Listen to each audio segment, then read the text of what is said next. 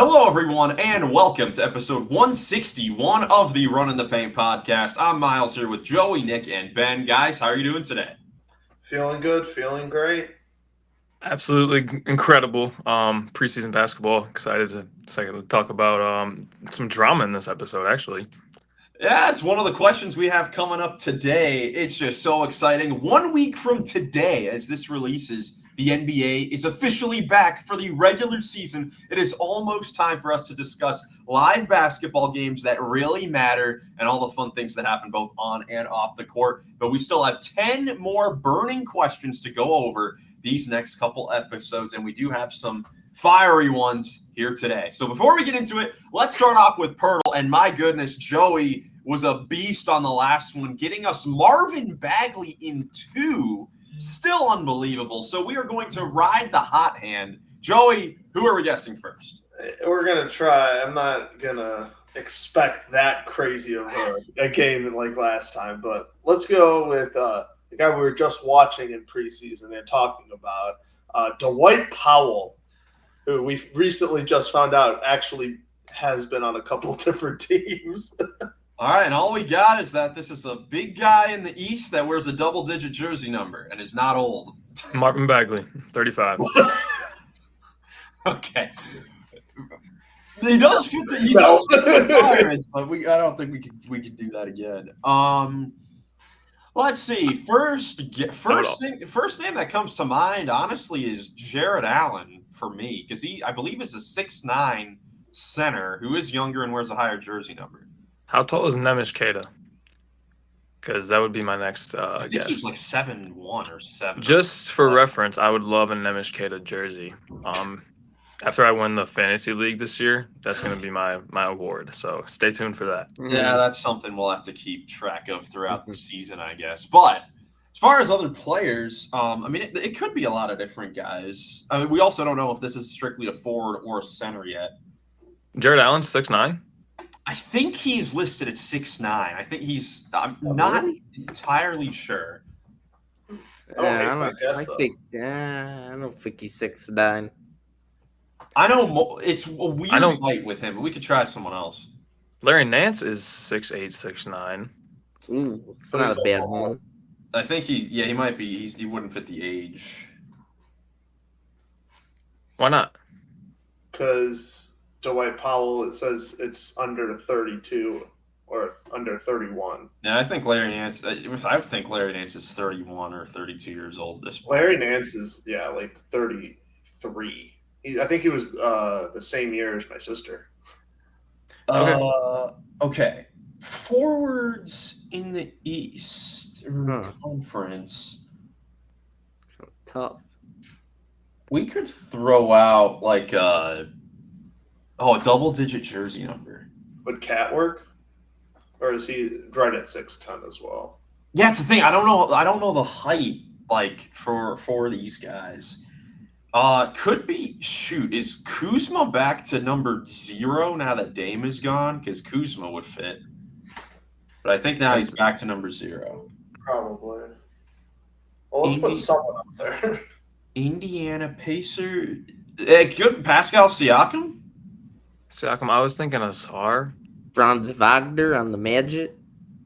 I think he is 6'10". Franz. Yeah. Let's go with yours, Miles. Got a lot of names out there. What do we want to go with? Who did you just say before I said Sar Thompson? Siakam. Yeah. Go Siakam. Try Pascal Siakam, Spicy P. All right, it is a center, or it is a center that is 6'9". Let's see. I mean, I think the only one it could be is Jared Allen. I think it's Jared Allen. We want to try him out. I'm trying to think of who else it would be. We should definitely go with him because it'll be embarrassing if it is. Yes, sir. We were that close to 2, but it ends up getting Jared Allen in 3. Yeah, I know. It's only 6'9", Jared Allen, but able to get him in 3. Let us know how long it took you guys to get the Jared Allen. But now let's get into our 5 more burning questions. And these ones are definitely spicy. I'm excited to get going with these ones. I am the one doubling up with questions today, so I'll get things started with this first one.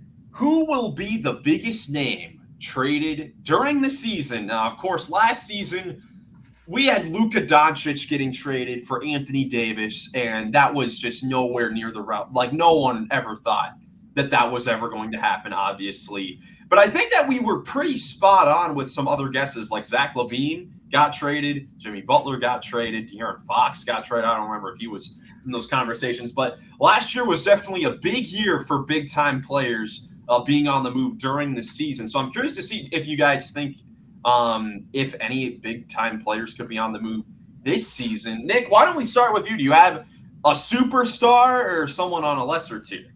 I do have a superstar. I think we could see maybe the Luka trade get even one-upped this year. You guys know Giannis has been in the news about rumors, and well, I think he could definitely be traded. And something I've been trying to speak into existence is this whole double big sort of stretch threats, even though Giannis isn't really a stretch threat, but two-way double big guys that can stretch the floor. I think that could run the league for a while, and someone like Wemby and Giannis would definitely fit that. So I've been trying to manifest this Giannis to San Antonio thing, and I really hope that becomes a reality, because I mean they could throw a package together that's like it includes Harper, it includes like Barnes and who else do I got here? Could include Castle, could include a ton of picks. Vassell. Like, there are so many guys that could be included. That's definitely something that we thought was going to happen at the start of the summer, so they could revisit that. Joey, I know the reports recently have been that the Bucks, the only team that Giannis was really open to going to was the New York Knicks in the Eastern Conference. Do you think that there's a possibility that he could end up on either the Knicks or the Spurs during the season? I personally obviously would like to see him more with the Spurs, because out of our division as the Cavs, I'd be fine with that. I don't want any more competition. East is easy as it is, but it's tough enough as Cavs fans to win. So I'll take him going to the Spurs. But it was very interesting that New York was the one that he wanted to go to, because if New York doesn't have as many, they would have to gut that team if they wanted Giannis. And it would be a completely different team. It would probably, instead of like him just slotting into a role, he would have to take up cat space, probably a couple other role players that they crucially need, and it'll turn into really just a Brunson, maybe a McHale or an Anunoby, and then Giannis. Yeah, Ben, that's where it gets a little tricky. On the Knicks side of things, of course, they are probably the favorite betting-wise to get Giannis if he does get traded. But the Knicks traded all their draft capital to Brooklyn to get Mikal Bridges. And obviously, even though if Giannis were to request a trade, or if the Bucks were looking to make a trade if Giannis doesn't sign an extension during the season, they don't have to send him where he wants to go. They could send him so they could get the best offer back, whether it is players, whether it is draft picks. Where do you think that could be? Where do you think the Bucks could get the best return? Is it a San Antonio? Is it, it'd be wild if it was a Houston or OKC or Dallas or just any of those crazy teams. Where do you think would be the best spot for Giannis and a place where Milwaukee could get a good return? That's a good question. I definitely agree with you guys. The Spurs could make something like that work. They would have the assets to do that, and they're still just building up. And could you imagine Giannis and Wemby on the same team? I mean, who's gonna stop that? That would be just such a scary duo for the league to go up against if the Spurs were able to trade for Giannis. But I heard before in the past that there were rumors about the Rockets, I think, possibly looking into Giannis, and of course they ended up getting Kevin Durant in the trade this offseason. So, it'd be kind of tough for the Rockets to explore that, but I guess they wanted to trade for Giannis somehow. They could possibly have enough assets to go get him. Same with Dallas possibly, but I don't really know. Houston, they're really just actually to go after Giannis or not. They got Anthony Davis Cooper Flag and stuff now, and so yeah, there are other teams like that out there, who could have the assets to get Giannis outside of the Spurs, but I just don't really know if they would want to, because it could just kind of mess things up with what they already have going on those teams. Well, the guys that you guys mentioned, Cat and like there's only a handful of these guys in the league that are stretch big, like rim protectors, like that. I think Giannis would pair really well with. Obviously, I made my case and said that earlier, but it could really like just go on a run here for a couple of years, and if he does get moved, it'll be like a thing that really shakes up the league. Yeah, no question about it. And well, obviously, there's nothing crazy yet about Giannis getting traded from the Bucks. It feels like we are in a path towards that happening, whether it's this summer or what have you. It feels like that's what's going to end up happening. Bucks are still trying all they can, though, signing Thanasis, and today they signed Alex instead of Kumpo, so they're bringing all the brothers together. Kostas is the only one that is not in the NBA, so we'll see if they end up bringing him also on a two-way. But aside from Giannis Antetokounmpo, because of course he's the biggest name that has been talked about potentially being on the move this summer, anyone else, any lower tier all-star, superstar type player that you guys think could be on the move? Joey, what do you think? I think it's time for the Charlotte Hornets to move on from LaMelo Ball. That's who I put. I think this is the year it's going to crack. I don't see them doing well, and even in this week Eastern Conference, I don't see him as a leader. I think he would be a great fit somewhere else that already has guys that can teach him to win, because I think that's the only thing that he's missing, is to like make everybody else better and learn how to win. Once he finds that, maybe somewhere else, but I don't know where he would go personally. I just think Charlotte, the whole fans, the whole system itself, the whole organization is getting, at least I would be if I was them, kind of fed up with the whole situation of just being bad and continuously being bad. Yeah, Joe, you're right on the money. I have the same thing. I think LaMelo could definitely be on the move. I actually have – so something I've talked about with LaMelo, I've talked about LaMelo potentially being traded and trying to think of spots for him. And the number one pairing that I keep going back to, I don't know why, but I keep going back to LaMelo and Zion together. I keep going back to that, whether it is Charlotte or New Orleans. They're two teams that are kind of in similar positions coming off of last season. So honestly, I could see both worlds. I could see a world where LaMelo Ball gets traded to the Pelicans for Jordan Poole or DeJounte Murray with Jeremiah Fears to give the Hornets another new point guard. And I can see a world where Zion gets traded to the Hornets for Miles Bridges and another young player, and Zion goes back to North Carolina, where he's from, and it pairs up with LaMelo. I could definitely see a world where either of those things end up happening. I mean, this is a very tough question, because this season it really feels like all of these teams that are competitive and looking to win are kind of set. Like, there isn't really a finishing piece that any of these teams need, and that's also because there aren't really the only for sure title contenders in the league at this moment. You probably say are the Thunder, the Nuggets, the Cavs, and the Knicks. Everyone else we're kind of unsure about heading into the season, and because of that, no one is really prepared to make that finishing type move. So with this question, I go down to the teams at the bottom that need to make a change, and those are two teams that I think could definitely make a switch up.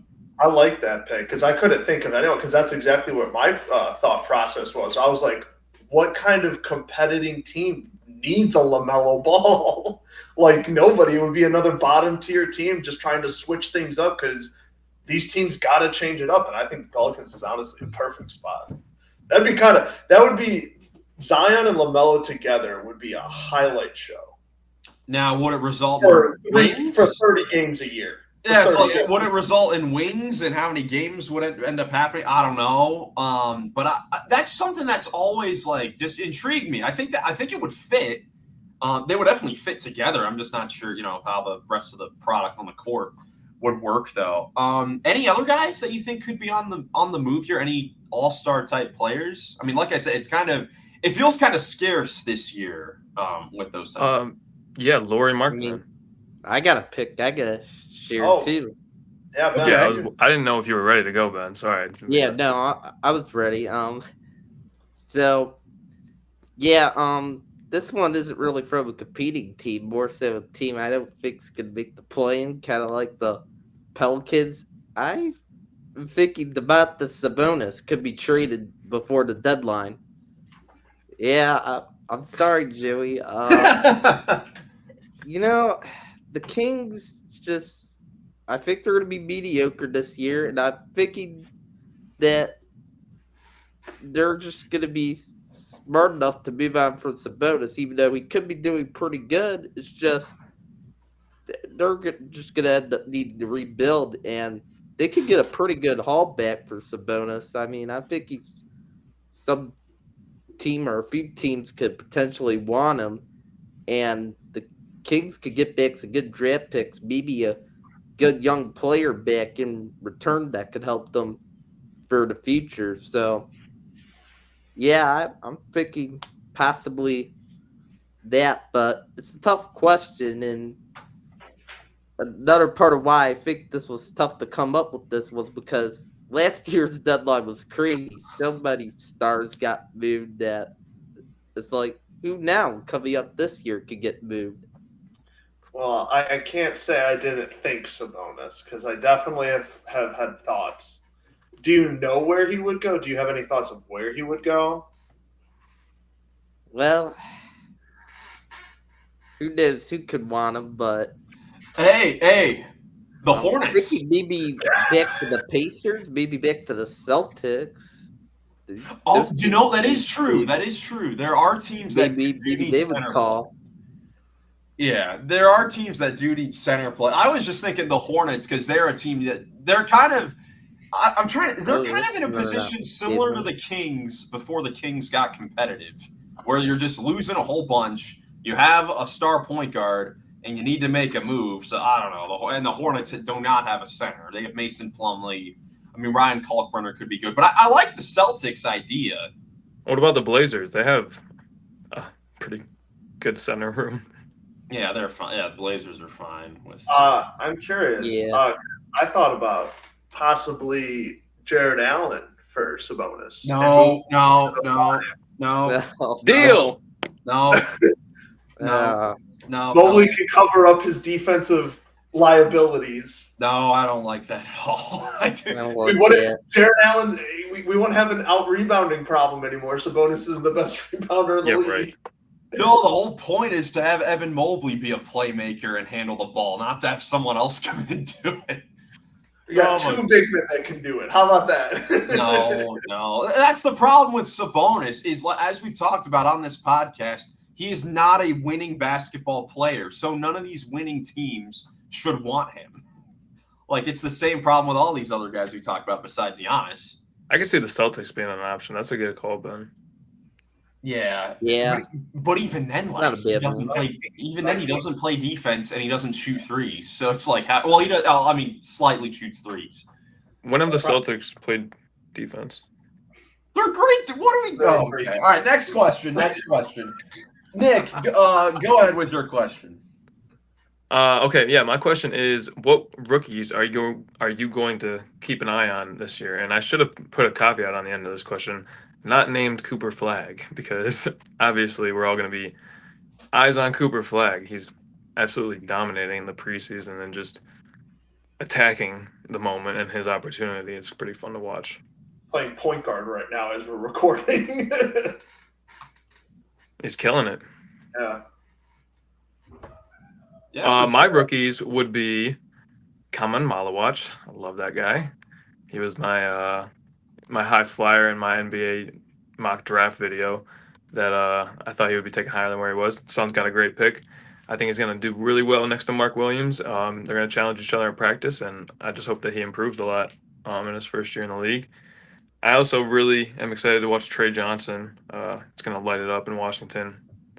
And then the last guy I had was Cedric Howard. I was over there in Memphis, late lottery pick or just outside the lottery, I think. They traded to get him, and he was a guy that really rose a lot right at the end end of the draft evaluation period. So be interested to see what he's got, especially early on, because the Grizzlies have a ton of injuries, and he should be able to get some run down there. Alongside Gigi Jackson. Yeah, if he can get back on the court. Joey, how about you? Who are some young fellas you're looking to watch for this season? Well, obviously, I've talked about Yang Hansen is already my favorite rookie, so I'm excited to see him. But my fellow Gator, Walter Clayton Jr. with the Utah Jazz, I'm excited to see him get an opportunity to show out, hopefully make some big shots. And probably my favorite outside of those guys, probably Jeremiah Fears as well for the Pelicans. He's going to be a baller. I just have a feeling. Joey loves that nickname. We'll see if the nickname best jersey ever holds the weight of the on-court production. Absolutely. Ben, how about you? So, Con Knipple, the Hornets, is one. He looked great in Summer League, and I think he's going to fit in well on the Hornets, and he's shown to be a winner in college, so I'm intrigued to see what he could bring to the Hornets, along with, LaMelo and Brandon Miller. That's going to be fun to me. And also, another Utah Jazz guy, Ace Bailey, definitely going to be watching him. Obviously, he had some drama around his draft thing, but he seems happy to be in Utah now, and I'm excited to see if he'll really be able to produce with the ball in his hands a lot this year. That'll be interesting. And also all the Nets rookies, I'm interested in seeing, any of the guys that the Nets drafted in their interesting draft class who will be able to get big opportunities this year, breaks out or surprises us at all, looks pretty good. I'm intrigued by that. I'm intrigued to see if maybe that is a great draft class. Maybe the Nets prove me wrong. Who knows? Yeah, I love those picks. Obviously those top guys are definitely going to be, fun to watch. Dylan Harper played in his first preseason game, looks really good, just looks like a really solid point guard. A human highlight reel who is going to have a highlight play every single game is VJ Edgecombe for the 76ers. Already in preseason, he just looks so explosive and athletic and can create a shot for himself at any time. So he's going to be someone to definitely watch for the 76ers, for a team looking to be competitive. But later, another scorer, Jace Richardson for the Magic. I'm excited to see what he can do for a team that's going to need some more offense. And then I'm not sure how much time this guy is going to get during the regular season, but I've loved what I've seen from him in the preseason.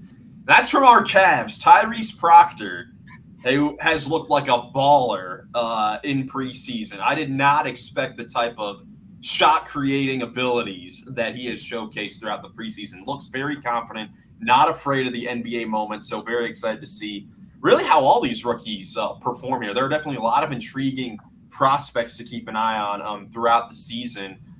Even the Colin Murray Boyles in Toronto, Asa Newell in Atlanta, the Derek Queen thing in New Orleans, since they gave up so much to get him. What's up, Nick? Do you guys think that we just named 20 guys. We could go on and say Kasparas Giacochonis is going to have a lot to prove because he was skipped by everybody. And even Will Riley, who was at Illinois, is very young. We can go on.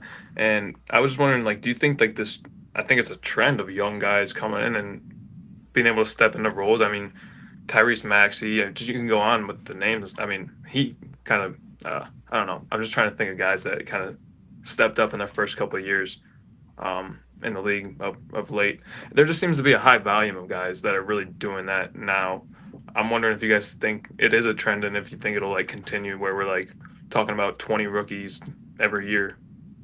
Well, I definitely I think we mentioned it last episode with the new GM rules that they were introducing and how we're saying that they're kind of forcing veterans out. It's becoming more and more a younger person league, and that's kind of, I think it is a trend where we're going to keep seeing that, where we are going to be seeing and we're going to be naming 20 something rookies each year, because there's going to be 20 rookies throughout the league that are going to play important spots on a lot of important teams. So I think that trend is going to continue. And it's a nice stark contrast to last year, which, had some solid players, but they're definitely not a star amongst any of those players from what we've seen their rookie season. I mean, so far in the preseason, it looks like, if we're basing off like a combination of last season and this season, it looks like Stephon Castle and then Modest Buzelis are going to be the big sophomore standout guys to watch this year. Risa Shea, right? Yeah, Risa Shea could be good. I mean, on a very good Atlanta Hawks team that we have pretty high expectations for this season. But outside of those guys, are there any other like second year guys that you're looking to see take a jump from what we saw last year? No, not off the top of my head. So like I get what you're saying. I don't know. I guess it just seems like younger guys are stepping into bigger roles. Is Bo Carrington a sophomore? Because he was he a rookie last year? Yes, yes. I was going to say sorry, but he's out for a while, ain't he? Yeah, a little bit. He should be. He'll be back enough to perform a little. I still like Bo Carrington better on that team though. Yeah, I don't mind that take at all. I know Ben is hyped up to see Kyle Filipowski. We know, Yeah, I'm excited for that. I'm also excited for Jalen Wells this year too. Obviously with Desmond Bain traded, I think that opens up an opportunity for a bigger role for him on Memphis, and he showed last year. Wow, he was able to play some impressive lockdown defense on like some superstar players, and I'm excited to see if that can just continue this year. And I think he'll be able to up his scoring too. He'll have more of a bigger role this year. I'm excited for him. He's an electric young player. With all the injuries to Memphis, he's really going to need to step up early. Yeah, absolutely on both ends of the floor. Well, moving on to our next question here. Ben, what do you have for us today? Yeah, so mine is, who is most likely to become a first-time All-Star? Who would like to begin? This is tough. There's so much great young talent around the league. So I'll name a couple guys. I have one from each conference. From the East, I've got Franz Wagner from the Orlando Magic, who I think has a very good chance to make his first All-Star. Aren't you repping right now? I am repping the Magic, repping Jalen Suggs, who is still out. We got the Cavs. That's nice over there. But yeah, Franz Wagner from the Eastern Conference. I think it'll be more likely that it's someone from the East with all the All-Stars that are out. I mean, you think Lillard, Halliburton, and Tatum were all All-Stars last year that are not going to be in it, this year. You know what? Was Halliburton even an All-Star last year? That's a good question. Trying to even look, he was not. That is wild to think, to put that together, that he was not an All-Star in that season of all seasons. But anyways, that's still two guys out, and more guys get to jump back in there. Of course, Embiid is back and all that. But in the Western Conference, I think Amen Thompson from the Rockets is definitely someone that could make the jump to be in his first All-Star game. You talk about an electric player. He's definitely that, and he's got more responsibilities for a Houston Rockets team that is looking to be a championship contender this season. All right. I like those picks. I got a couple dark horse candidates, guys that I hope can kind of surprise us. And like Miles, one from each conference. Jaden Ivey. If the Pistons play really well, Jaden Ivey comes back. If he's like something like a 20-point scorer to help that Pistons offense, I don't see why he can't get it. It's like you said, in the Eastern Conference, it's probably going to be someone. Why not him if they're going to be a top seed? And for the West, Cam Johnson, Nuggets. Whoa! Taking that role of MPJ, maybe even improving it a little bit. And if the Nuggets are going to be a top seed, like I said, and it might not be Murray. I don't think Murray's going to skip right over Jamal Murray. Yeah, skip right over Jamal Murray. Go right to Cam Johnson. Like I said, dark horse, but I'm thinking. That is definitely a dark horse. Before we go to Nick and Ben's, I just looked. Last season, there were actually, 5 first-time All-Stars, or 6 first-time All-Stars last year. Can we name them all when you guys get 3 strikes? Nick already does not have faith, but let's try it out. Name the first-time All-Stars from last season. I know Evan Mobley, right? Evan Mobley. Come on, you guys can do it. We do a podcast twice a week and we did the whole season. We can do this. Trying to think of all. Joey's got a Kate? migraine. What, man? Cade Cunningham? Cade Cunningham. I was making Yeah. excuses. Oh man, Who else? All-Star's such a pointless thing. I always block it out of my head. Valid. Paolo? No. There's strike one. Oh no. Oh, God. Sengun. Şengün, yes. Şengün, let's see. You guys are missing a superstar player. An all-star. Wemby? Huh? Wemby or Yes, Wembanyama. That would have been Yeah. awful if you guys missed that. All right. We have one from the East, one from the West. Guy on the West was on one of the top teams in the West. Guy on the East was on Jalen Williams. Oh, J-Dub. Oh, yeah, J-Dub. Yes, J-Dub. Good call, Ben. Good call. All right. And then, yeah, one more. From the Carl East. Anthony Towns? Nope. No. Eastern Two Conference strikes. on a mid-playing team. Mid-playing team. Mid-playing team. So wait, Tyler Chicago. Hero.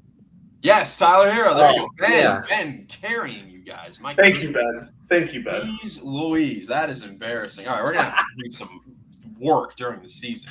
But back to it, Ben. Let's go right to you. Who do you have? Hey, I win all the competition. We need to start doing some games again because Yeah.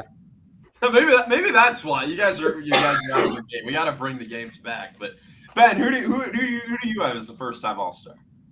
So we haven't brought up Jalen Johnson of the Atlanta Hawks yet. I think if he can stay healthy this year, I think he could hopefully break through, especially with the East. I would say not being as loaded, what it's seeming like with the players going into this year. I think this year, if he can stay healthy, it could be a great chance for him to possibly make it. And in the Western Conference, well, I was thinking a Nuggets player too, but I was thinking Jamal Murray. I was thinking that because I've seen before in the past, like if a team's winning a ton, like they'll take like their superstar player, but also like, some other player on that team could be taken in the All-Star game, could be good enough. And yeah, it's crazy that Jamal Murray still hasn't made an All-Star game. And I'm thinking, well, the Nuggets can be really good in the regular season. Maybe this could be the year Murray finally gets in as like a reserve or something, but we'll have to see. Yeah, definitely agree. I feel like he's got to make it at some point. I mean, is Jamal Murray the best player of all time to not make an All-Star game at this current point in time? Obviously, having not made one yet, I feel like yes, because I feel like the other guys in the conversation are like sixth men, like Jamal Crawford, Lou Williams. Like, I think those are the guys that are normally brought up in that conversation. And I'd put Jamal Murray over those guys for. I would put Jamal over those guys. I considered him too. I also considered Amen, Franz, and Jalen Johnson. Fortunately, Cam Johnson was not in my considerations, Joey. I'm sorry to say. Or Jaden Ivey? Didn't think of either of those guys? Come on. But I got two guys that we haven't named in each conference. I think Mikal Bridges has a very good shot at being an All-Star this year. If the Knicks are the 1 seed, then I think that they have I think that they very well could be by the All-Star break. Or even a 2 seed. Even a 2 seed, I think. Yeah, they could have 3 All-Stars. So if Mikal is having a great – I think he's going to thrive in this Knick offense that's kind of like built for more spot-up shooting and dribble drive stuff like that. I think he's going to thrive in the Knicks offense this year. And then the other guy is Chet. I know it was Miles' biggest snub from last episode, but same sort of argument. I mean, they could have 3 All-Stars as well. I know the West is crowded, but it might be like Chet versus Murray in that last spot. So that would be interesting. I have no idea how it's going to shake out. Obviously, you have all the legacy guys like Durant, Steph, and LeBron who are still going to get those spots. But that are still capable of being All-Stars. You know what I mean? Yeah. Like they're still gonna have all. They're still better. Yeah, they're better than Amen and Jamal and Chet. So Yeah. Okay, that's what I don't. We talked about it a lot last year when we were talking All Stars. When we say legacy, I don't want that. That shouldn't also mean like they're getting in because they're old. Like they get in because they're just penned in instead of penciled. Yes, they're written in permanent marker. Yes. Correct. Question that just came to my mind when talking about the Knicks having all those All Stars. With the Eastern Conference being so wide open this season amongst competitive teams, I'm going to throw out a number for you guys. It's something we can keep track of when we get to it. Over, under, let's say 4.5 for the Cavs and the Knicks combined All-Stars this season. 4.5 Cavs and Knicks All-Stars this season. Over or under? Over. The Hawks and the Magic would have to be higher than the Cavs in the standings unless Jalen Johnson outplays like Mikal straight up by a lot or in front. Yeah, this is. I mean, do you think that these two teams combined will have 5 All-Stars? I say yes. Ben, what do you say? Yes. You say yes as well. Okay. Yeah. I think it could be interesting. I mean, I think Mikal or even OG could definitely have a case to make it. I don't know if the Cavs will have 3 again because Garland's out for a decent amount of time. He might play enough to get back into rhythm. Otherwise, Jared Allen or DeAndre Hunter somehow makes the jump and then makes it or whatever. But I think that's something we could definitely watch out for because that's those teams at the top definitely do get rewarded. I'm just very interested to see in the East if there is a chance that those top ones maybe do get even more. Would it be more interesting if I said 5.5? Or do you guys think it's closer than 5 All-Stars? I think it's going to be 5. Okay, so I think the 3 are going to come from the Knicks. That's probably the case for this season. All right, Joey, what is your question? All right. Obviously, last year was full of drama, but specifically, who do you think is going to bring the most drama this year? Which player? An example is Jimmy Butler, like the whole Jimmy Butler saga from last year. Who do you think is going to have their saga this year? My answer for this one is easy. It's the same as the answer to the first question, which was Giannis. You think it's just going to be like that catastrophic, though? Well, I made the argument last episode when I said who's under the most pressure, and I said John Horst, the general manager of the Bucks, because when you have a player like Giannis, he's you don't get that guy unless everything just falls in your lap. Like it just has to happen. You have a responsibility to uphold the capability of having a championship caliber team around him, and it's been a slow burn since 2021. Like I said, none of the draft picks have worked out. None of the trades, Kuzma, Dame, like it just hasn't, and that falls on somebody. And I think it's just going to get tenser and tenser. And like Giannis has a great way of talking to the media. Like, what did I say last episode? I said gaslighting at the highest thing, or it's like the misconception. I don't know. Run it back from the last episode, but yeah, I just think it's been a slow burn for a long time, and it's gonna come to a head at some point this season. Interesting, Joey. What do you think? I'll be completely honest. I think it's going to be Jimmy Butler again. I truly think this Warriors team isn't going to be good, and chaos is going to ensue. I think Jimmy Butler and Draymond Green are going to get in a Jordan Poole and Draymond Green fight in practice, and chaos is the whole Warriors' downfall, man. I think it's going to happen again. How in back-to-back seasons would this happen? I don't know. If it does happen, I don't know Jimmy Butler's going to be out of the league. There's no way that happens again. That would be insane if that were to happen. That would be absolutely the craziest thing on planet Earth. Holy moly. All right, Ben, what do you think? Who do you think's bringing the drama this season? Ooh, this is a tough one. Yeah, who did see? Someone maybe could surprise that we just weren't even thinking of. You never know, but I had to pick someone, and I picked DeJounte Murray on the Pelicans. I just did that because, I think the Pelicans are just kind of going to be a mess this year, like I've said before. And I just thinking something's going to go wrong with some chemistry there. And I'm thinking, well, DeJounte is just going to get mad for some odd reason with, like, Jordan Poole in there. And when he comes back, having to try and mix in with playing with Poole and with Zion, I just think he's gonna get cranky somehow. But we'll see. We'll see. That's a fun answer. I wish I thought of that. That's actually a funny answer. This was really tough for me. I think Giannis, it could turn out to be a drama-filled season. I called him a masterclass manipulator.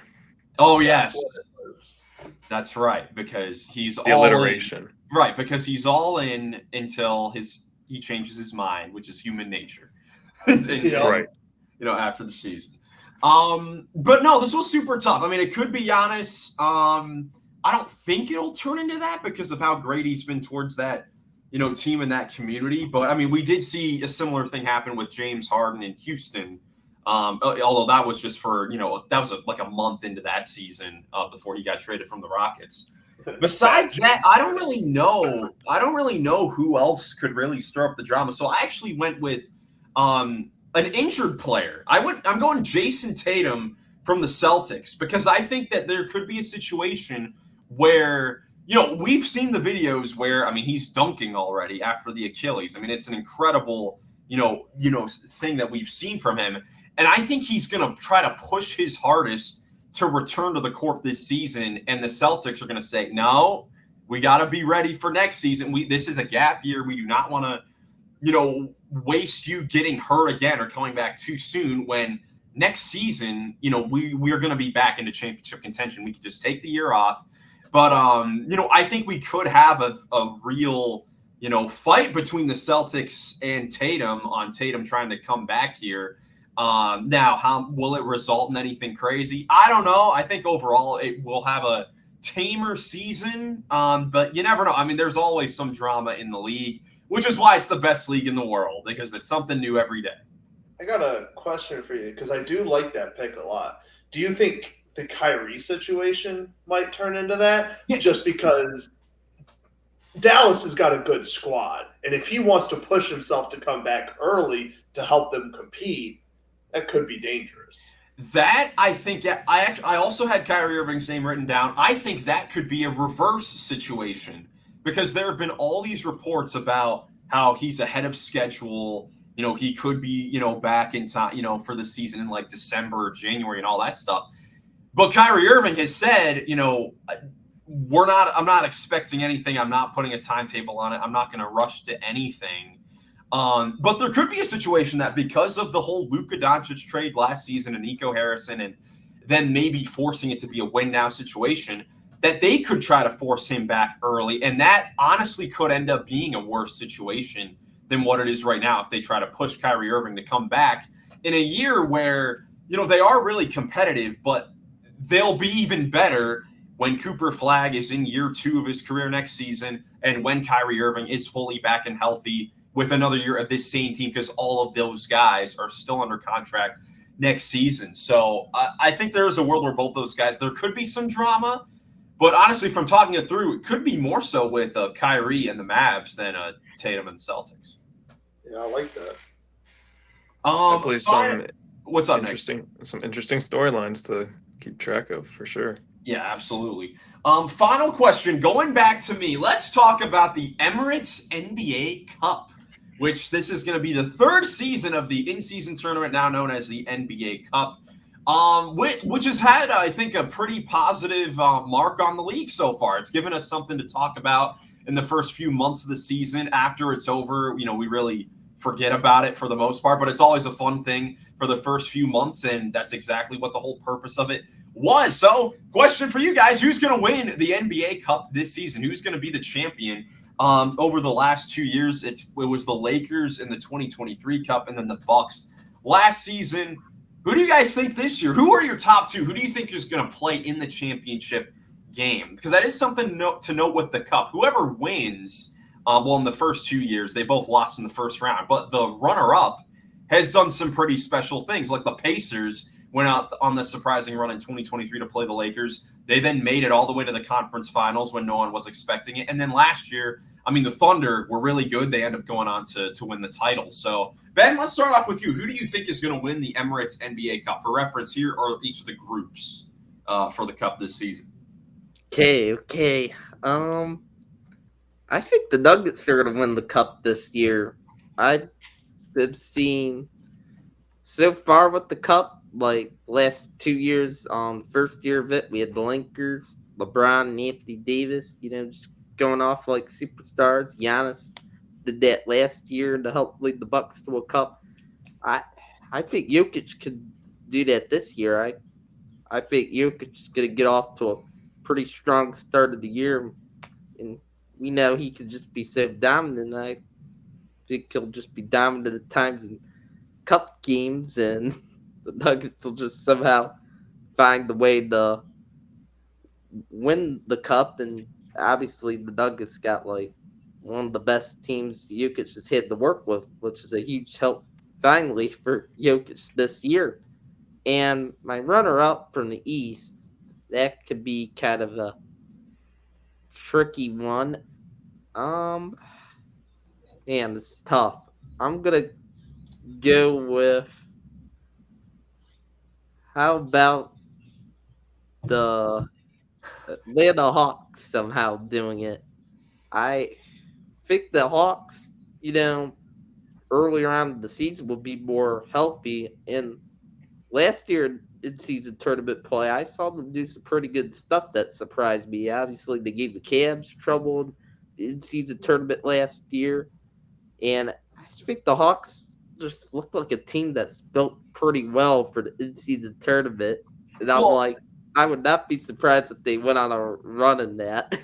Well, it's interesting with the Hawks. Not only did they beat the Cavs, they beat the Celtics and the Knicks in the NBA Cup. So they definitely did their thing before losing to Milwaukee in Vegas. So definitely could be possible that they make it back there. Nick, before we go to you, something that I found interesting with the Cup this year, and I don't remember if this was the case the last few seasons, and I brought it up a while ago, is that the day after the scheduled championship game for the Cup, there are 4 games the next day. So 8 teams play a game the next day. The Cavs play the Bulls, the Grizzlies play the Timberwolves, Clippers, Thunder, and Wizards, Spurs. So if there was the scenario where any of those teams were to play in the championship game, they still have a game the next day. So how does that affect, how these teams go at it in these Cup games? Obviously, they still count towards the regular season. All these games count besides the championship game. So how do you think that could affect what ends up happening with this championship, if at all? Yeah, it definitely sets up a possibility for a weird scenario where you're playing a game that doesn't matter the night before you're playing a game that counts towards your record. And in that situation, like the game before, on the 13th, December 13th, to get into the finals, the semifinals, like that game will count towards your record. So you're going to want to win that one, especially if it is one of the teams that we're talking about, like the Hawks, or my 2 picks are the Rockets and the Magic. So if it's one of these teams that are like wanting a home court advantage spot, like I'm sure it will be, because that's kind of what the NCAA, like you get the best teams, then yeah, it just creates a weird scenario. So I don't know, like my first inclination is like, if it is a game that doesn't matter, like play the guys that aren't normally in the rotation. But I don't know if that's actually a logical thing that would happen for an NBA national TV game. Right, because like the championship game doesn't count towards the record, but it does count for something money. As far as the team wins money. Each player wins money, which is, and that's why I picked the Magic, is because they got some young dudes who should be hungry and be able to, or be in the right headspace to prove a point in the East. Yeah, that's what the Thunder nearly did it last year before they laid an egg in the title game against Milwaukee. Joey, who do you think could come out of this NBA Cup? I also had the Rockets in there, and I actually do think they're going to win it. I think the runner-up will be the Knicks, though. Okay. I've got the Knicks winning it over the Spurs. I think that Wemby is going to take them to Vegas. Spurs was my second choice. I think that'll be a great storyline for the league. We all have a team in the West that's in Group C. The Nuggets, the Rockets, and the Spurs all are in the same group. So whoever comes out of that group is death. I like their odds. Yeah, C in the West and B in the East are kind of crazy. I think B looks really easy. What, B in the East? Yeah, I guess. Well, Philly's a wild card. Yeah. There are 4 teams that could all be in the same exact tier. Yeah. With obviously Brooklyn. Honestly, C looks pretty easy. If the Knicks don't win that group, that will be a travesty. I mean, I'd probably say the same thing for the Cavs, but I'm scared of the Hawks. Cavs in the NBA Cup, they just don't do well. I have no faith in the Cavs. What was their record against the Hawks? Oh, sorry. What was their record against the Hawks after the DeAndre Hunter trade? They killed them in one, I don't think they ever played them, but they did destroy them in one of the games in Cleveland. It was like a 1-2 sort of thing there. But yeah, I mean that's something that'll be interesting because like the Cavs are really the only team that'll be in contention from the East that has the game the next day. And in theory, like I'm sure they're one of the favorites to win this thing. It's going to go Thunder. I think favored wise, it's the Thunder, the Knicks, and then the Cavs. You said the Spurs have a game the next day too, right? Yeah, Spurs have a game the next day as well. So I'm just interested to see how that will play a factor into this, and just overall why the league did that, or if they just missed it. I mean, that's a very minute detail that could totally have been overseen going through this, like the day after the Cup championship game. But I'm surprised that they wouldn't like flex a game out. They might compare. It depends on who's going. Right. Yeah, you never know. Imagine. I mean, there is a possibility if it's if the Cavs and the Thunder were to play each other in the championship game, both of those teams play the next day. Like, what if we get a scenario where both teams are playing a back-to-back for that game? That definitely could be something. Just more scheduling issues with the NBA, man. Come on. We'll have to see if they change that for next year, or if it was overlooked or not. Yeah, absolutely. But either way, though, that is it for our 5 more burning questions for this episode. We've got 5 more to go, and you don't want to miss that next episode where we're going to go over our NBA Finals predictions, the teams we actually think are going to go all the way heading into next season. So definitely stay tuned for that. Thank you guys so much for watching. If you enjoyed, leave a like, subscribe for more NBA content. Hope you have a great rest of your day, and we will catch you in the next one. Peace. Peace.